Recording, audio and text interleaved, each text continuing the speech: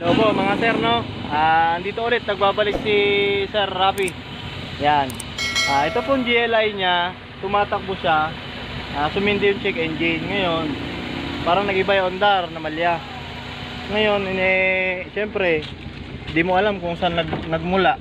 Kung bakit naka-check engine, baka mamamatayan ka na or baka may problema na yung sensor mo. Nina. Teka po. Teka lang, patay mo na natin. Ngayon, ang nangyayari po ganito, no? Ito pong engine coolant temperature nya, ECT sensor po ang tinatawag nito. Yan, ito pong ECT sensor nahugot, naputol. Hindi ko na ano yung naputol eh. Basta naputol po ang wiring niyan.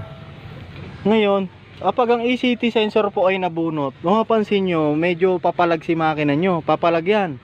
Tapos nakasindi si ano nyo, si check engine. Kaya tingnan natin. Nakasindi si check engine.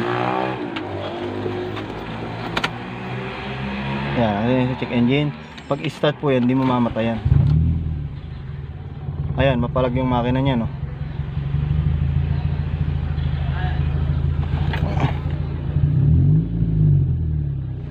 Yan, iba andar po ng makina kapag nakabunot yan, tas may check engine. Ngayon, ganito lang po unan yung gagawin. Mga user po ng mga GLI, no, huwag po muna kayong kakabahan. Kasi, hindi naman po masela ng Toyota. Ang una nyo lang po i-check dyan, syempre una, visual checking kayo. Yan, ano ba yung mga engine sensor natin? Yan, engine coolant temperature sensor. Yan, engine coolant temperature sensor. ISC valve, idle speed control yan sa mga ano, sa mga Honda. Ano yan? Idle air control valve, IACV. TPS, yan. Tingnan niyo yung mga socket, yung mga wiring kung may mga nahugot-hugot. Yan, yun lang yan. Yun lang. Ito naman distributor, pag nahugot, di naman na-under yan. Kaya kung uma-under naman, wala kayo diyan. Yan, yan lang naman ang pinaka-basic diyan. Yung knock sensor sa likod, hindi naman masyadong sirain yun. Nasa likod ng block yung knock sensor.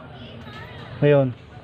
Tapos, meron pong pag manual diagnose niyan na hindi sinasalangan sa computer. Bibilangin mo lang yung check engine light.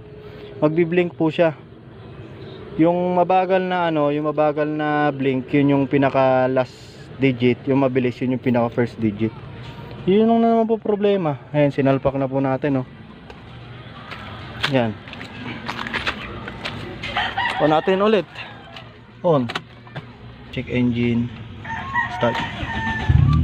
Ayan, namatay na. Okay na po yan. Okay na, lumana na. Yun lang naman po, no. Huwag muna kayong kakabahan, visual checking nyo. Hindi po ang Toyota kasi di kagaya ng mga Mitsubishi. Kailangan i-reset mo sa computer, tanggalin mo yung battery. Sa Toyota hindi po ganun siya kaselan. Patay nyo lang yung susi, i-on nyo ulit, ayos na ulit yan. Basta maayos yung sira doon.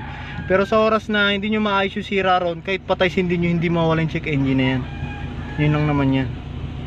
Kaya okay na po, solve na.